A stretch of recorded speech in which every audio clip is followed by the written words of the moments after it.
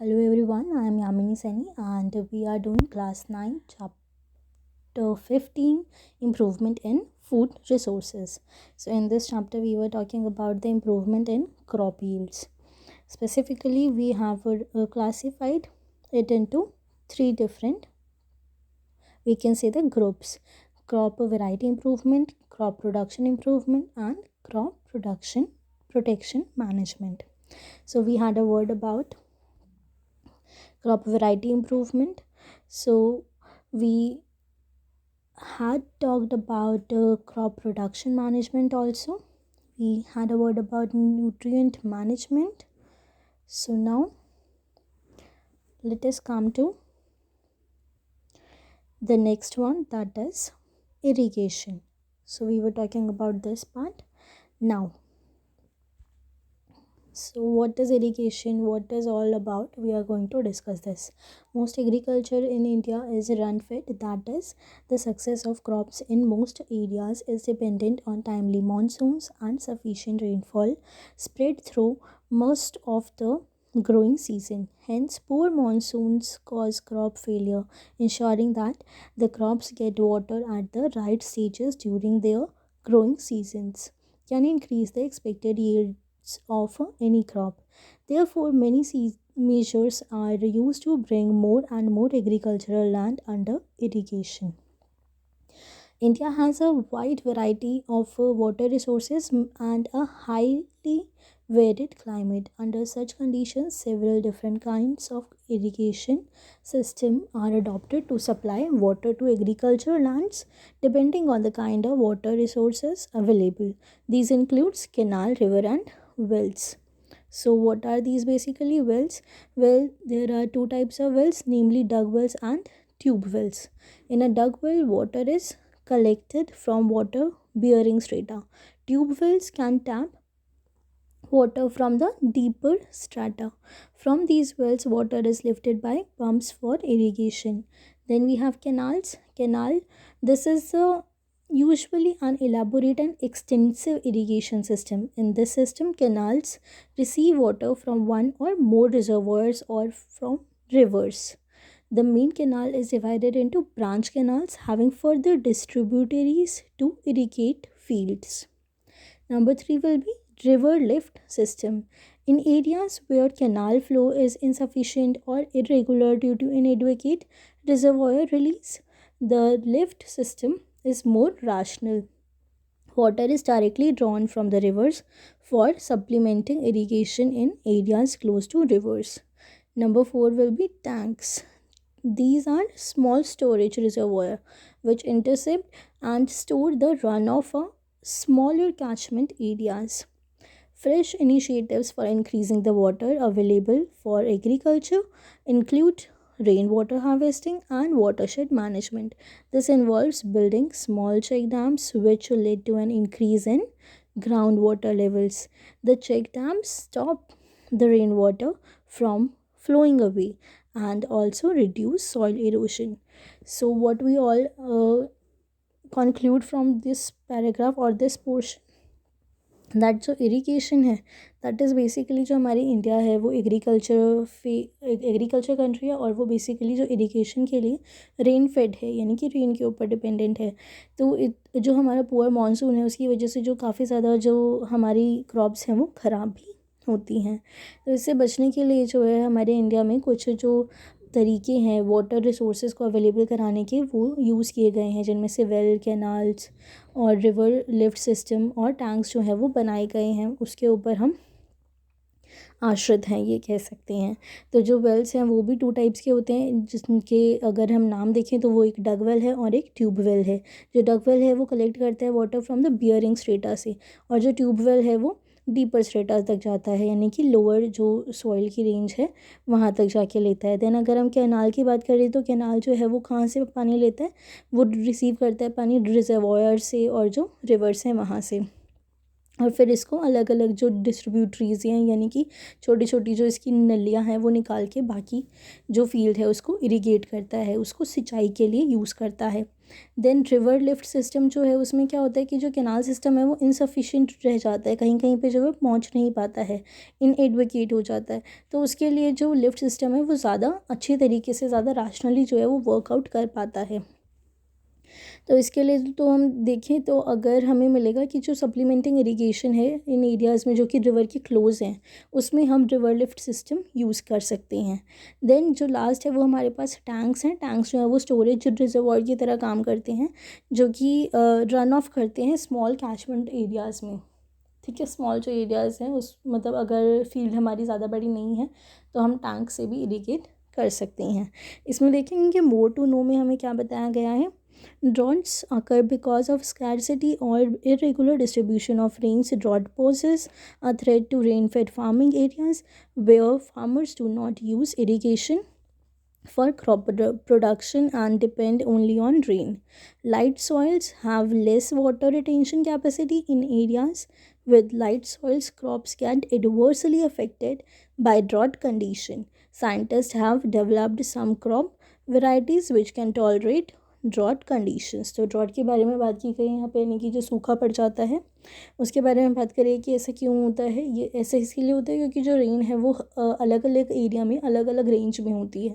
तो जहाँ पे नहीं हो पाती है वहाँ पे जो सॉइल है वो इनफर्टाइल हो जाती है, और जिसकी वजह से जो ड्रॉट है वो भी हमें देखने को मिलती है। जो लाइट सॉइल्स होती हैं वहाँ पे जो लेस वाटर रिटेंशन कैपेसिटी होती है उनके पास, अगर लाइट होंगी तो उनके पास वाटर को होल्ड करने की कैपेसिटी नहीं होगी, जिसकी वजह से वहाँ पे ड्रॉट कंडीशंस में बहुत ही ज़्यादा इफ़ेक्ट पड़ता है क्रॉप पर। तो जो साइंटिस्ट हैं उन्होंने कुछ क्रॉप की वेराइटीज़ ऐसी भी निकाली हैं, ऐसी भी इन्वेंट करी हैं, हम कह सकते हैं ऐसी भी डिस्कवर करी हैं जो कि ड्रॉट कंडीशन को टॉलरेट कर सकती हैं, यानी कि अगर सूखा भी पड़े तो उसमें भी वो जो क्रॉप्स है वो उगाई जा सकें। देन अब हम आते हैं क्रॉपिंग पैटर्न्स पे। Different ways of growing crops can be use to give maximum benefit.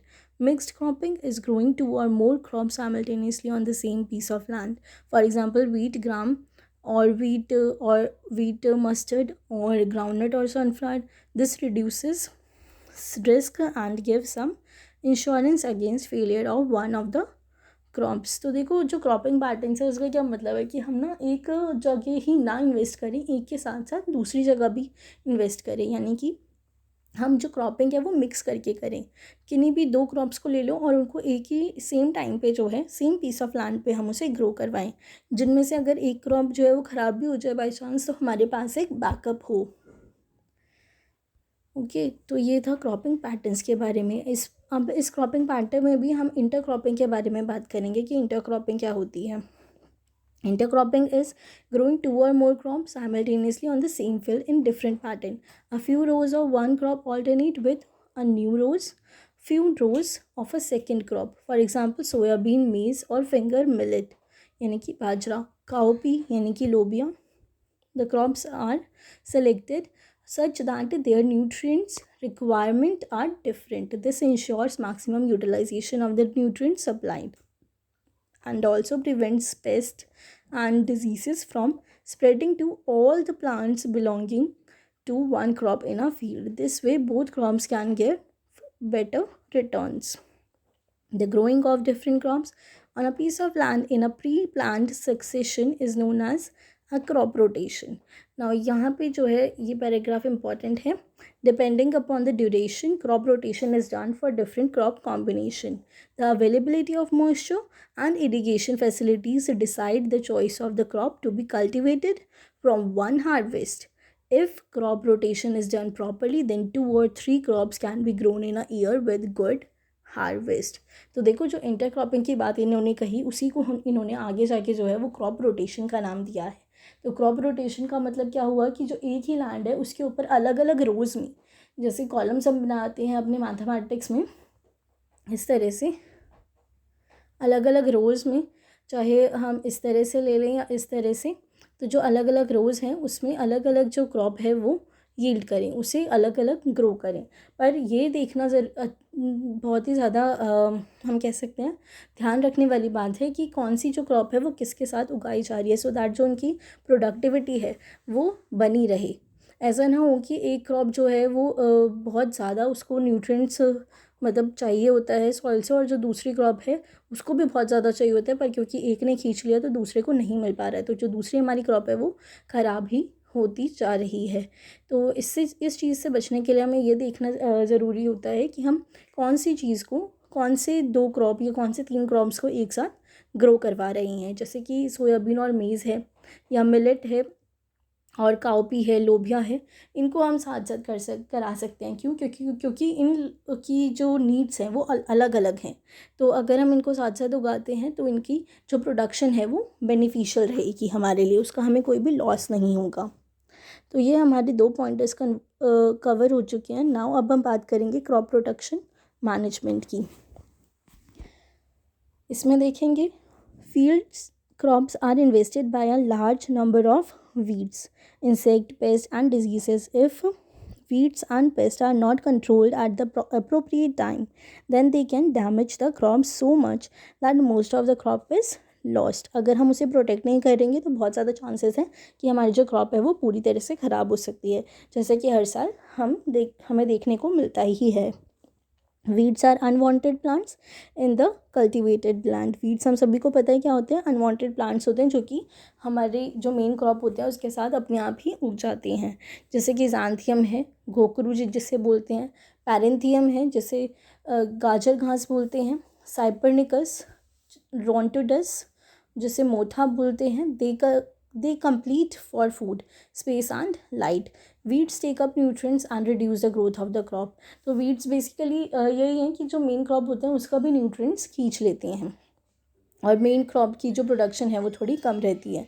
So therefore removal of weeds from cultivated fields during the early stages of crop growth is essential for good harvest. तो इस चीज़ का ध्यान रखना कि early stage में ही जो weeds हैं उनको निकालते रहें, जिससे कि जो प्रोडक्शन है वो हमारी अफेक्ट ना हो, जो मेन क्रॉप की प्रोडक्शन है।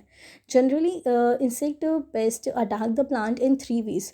3 तरीके से जो है जो इंसेक्ट है या जो पेस्ट है वो अटैक करते हैं हमारी फील्ड्स के ऊपर, हमारी क्रॉप्स के ऊपर। और वो 3 पार्ट्स कौन कौन से हैं? Number 1, they cut the root, stem और लीफ। इन चीज़ों को कट करते हैं। Number 2 will be they suck the cell sap from various part of the plant. वो जो सेल का सैप होता है उसको जो है वो सक कर लेते हैं, यानी कि जो उसका न्यूट्रिएंट्स होता है वो सारा अपने अंदर ले लेते हैं, उनका जो सारा न्यूट्रिएंट्स है वो अब्जॉर्ब कर लेते हैं। Number 3 is they bore into stem and fruits. वो जो स्टेम और फ्रूट्स है उसके साथ उगना शुरू कर देते हैं, जिसकी वजह say that affect the health of the crop and reduce seeds, जिसकी वजह से जो यील्ड्स है उसको काफ़ी ज़्यादा लॉस फेस करना पड़ता है। Now diseases in plants are caused by pathogens such as bacteria, fungi और वायरस। जो डिजीज़ होती है प्लांट में वो किस किस से हो सकती है? तो पैथोजेंस होते हैं। पैथोजेंस कौन होते हैं? पैथोजेंस जो है वो कैरियर्स होते हैं जो भी डिजीज़ कॉज करते हैं, लाइक फॉर एग्जांपल बैक्टीरिया है, फंजाई है या फिर वायरसेस हैं। तो अब इनके बारे में बात करेंगे। These pathogens can be present in and transmitted through soil, water और एयर। तो ये प्रेजेंट भी हो सकते हैं और इसमें ट्रांसमिट भी किए जा सकते हैं सॉइल, वाटर और एयर में। जो वीड्स हैं, insect and diseases can be controlled by various methods. अलग अलग मेथड से कंट्रोल किए जा सकते हैं। One of the most commonly use method in the use of pesticides which include herbicides, insecticides and fungicides. तो ये जो है पेस्टिसाइड्स हैं जो कि अलग अलग चीज़ों को रिमूव करने के लिए यूज़ किए जाते हैं, जैसे कि नाम ही बता रहे हैं, हर्बिसाइड्स जो कि हर्ब के अंदर जो भी कीड़े होते हैं उनसे बचाने के लिए, इंसेक्टिसाइड्स जो इंसेक्ट्स से बचाने के लिए, फंजीसाइड्स यानी कि जो फंगस है उससे बचाने के लिए। So these chemical are spread on crop plants और used for treating seeds and soil. However excessive use of these chemicals create problems.